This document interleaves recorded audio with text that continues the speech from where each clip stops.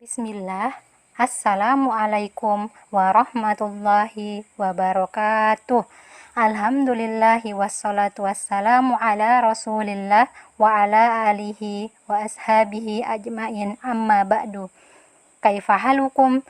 Semoga pada pagi hari yang berkah ini kita diberikan oleh Allah Subhanahu wa taala kesehatan sehingga kita mampu mengikuti kegiatan-kegiatan kita pada hari ini.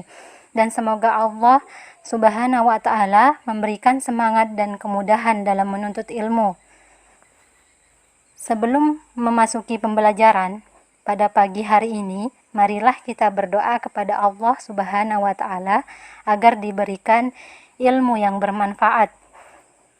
Allahumma inni as'aluka ilman nafi'an wa rizqan thayyiban wa amalan mutaqabbalan. Alhamdulillah anak-anak sholih, kita sudah menyelesaikan subtema 1, pembelajaran 1 sampai 6. Jangan lupa ya untuk mengulang-ulang pembelajaran sebelumnya. Masih ingatkah kalian di subtema 1 kita belajar apa saja? Nah, di subtema 1 kita sudah belajar mengenal bilangan cacah sampai 999, menentukan tempat ratusan, puluhan, dan satuan, membaca dan menulis bilangan 3 angka sampai 999, bunyi dan lambang sila-sila Pancasila serta penerapannya dalam kehidupan sehari-hari, kata ungkapan, dan yang terakhir gerak lokomotor. Pada hari ini kita akan belajar tematik tema 1, subtema 2, hidup rukun di tempat bermain, pembelajaran 1. Apakah kalian sering bermain bersama teman? Bagaimana sikap kalian ketika bermain dengan teman-teman kalian? Dan apakah kalian sudah menerapkan hidup rukun dengan teman bermain? Nah, anak-anakku yang sholih, ketika kalian bermain bersama teman, maka kita harus hidup rukun bersamanya. Tidak hanya dengan teman saja, kita juga harus hidup rukun dengan semua orang. Apa itu hidup rukun? Hidup rukun adalah bersatu, damai, saling menghargai dan menyayangi. Misalnya, tidak boleh rebutan mainan, tidak boleh bertengkar. Nah, ketika kita punya masalah dengan teman kita harus selesaikan dengan cara yang baik, sehingga hidup rukun selalu terjaga.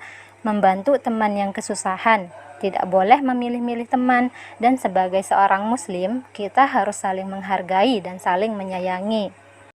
Sebagaimana yang sudah dijelaskan di halaman 8, buku tematik Luqmanul Hakim. Anak Islam harus saling menghormati.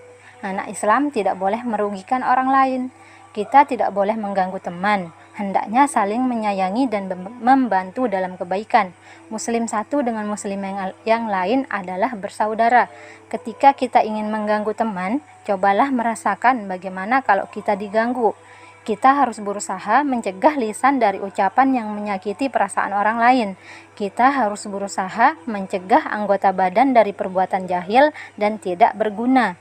Kita meminta perlindungan kepada Allah agar dihindar dari perbuatan jahil. Ustazah akan menceritakan sebuah cerita, hidup rukun bersama teman, halaman 9, buku tematik Luqmanul Hakim. Aku belajar di sekolah sampai jam 1 siang. Aku selalu membawa bekal dari rumah. Kalau ada teman yang tidak membawa bekal, maka aku akan berusaha untuk berbagi. Aku senang membantu teman-temanku. Aku tidak suka berkelahi. Aku sayang kepada teman-temanku. Rasulullah Shallallahu Alaihi Wasallam mengajarkan, barang siapa yang tidak menyayangi, maka tidak akan disayangi. Setiap hari, Umi memberi uang saku. Uang sakuku paling banyak 2.000. Uang saku sering kutabung di sekolah. Sebagian dari uang saku kugunakan untuk berinfak. Aku tidak suka jajan di sekolah. Membeli sesuatu hanya ketika perlu. Makan siang dengan bekal sendiri. Makan masakan Umi, sehingga tidak perlu jajan lagi. Apa pelajaran yang dapat kita ambil dari cerita tadi? Dari cerita tadi, kita dapat belajar untuk saling berbagi satu sama lain.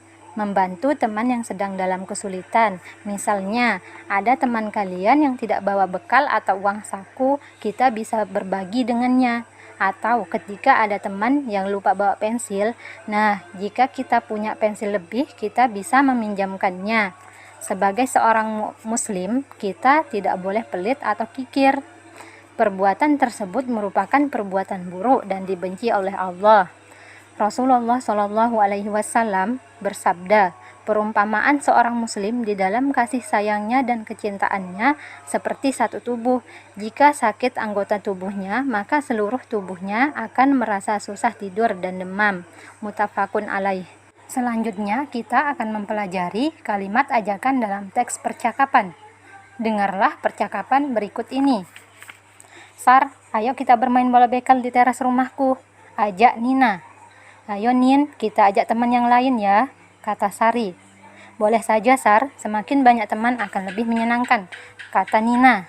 Tapi Nin, aku tidak bisa membawa bola bekel dari rumah, kata Sari. Tidak apa-apa Sar, aku punya bola bekel kok, kata Nina.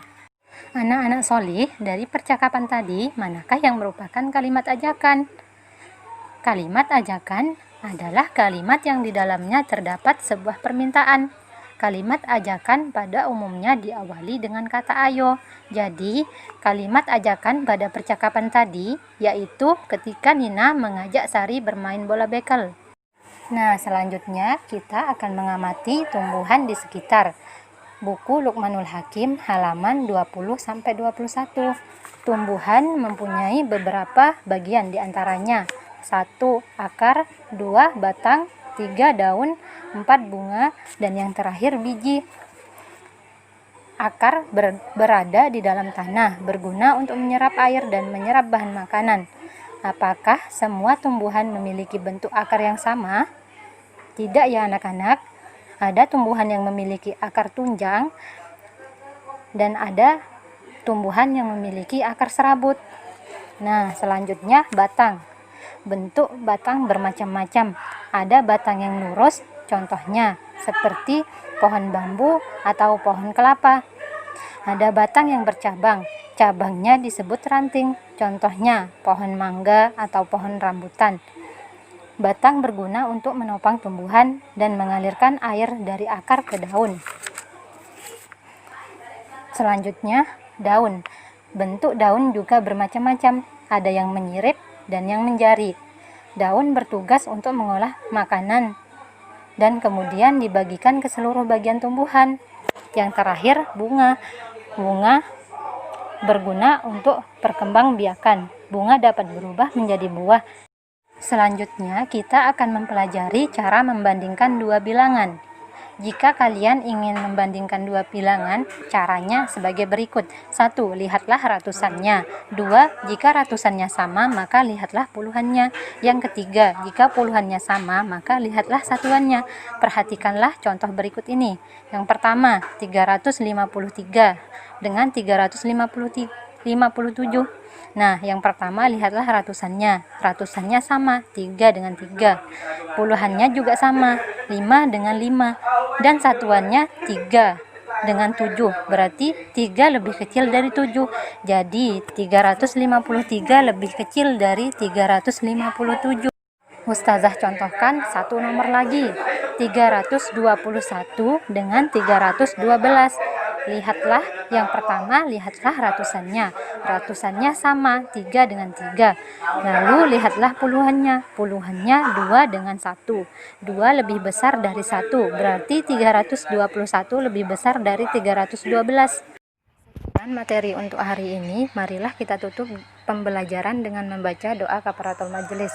Subhanakallahumma wa bihamdika asyhadu an la ilaha illa anta astaghfiruka wa atubu ilaik. Jazakumullahu khairan wa barakallahu fikum. Wassalamualaikum warahmatullahi wabarakatuh.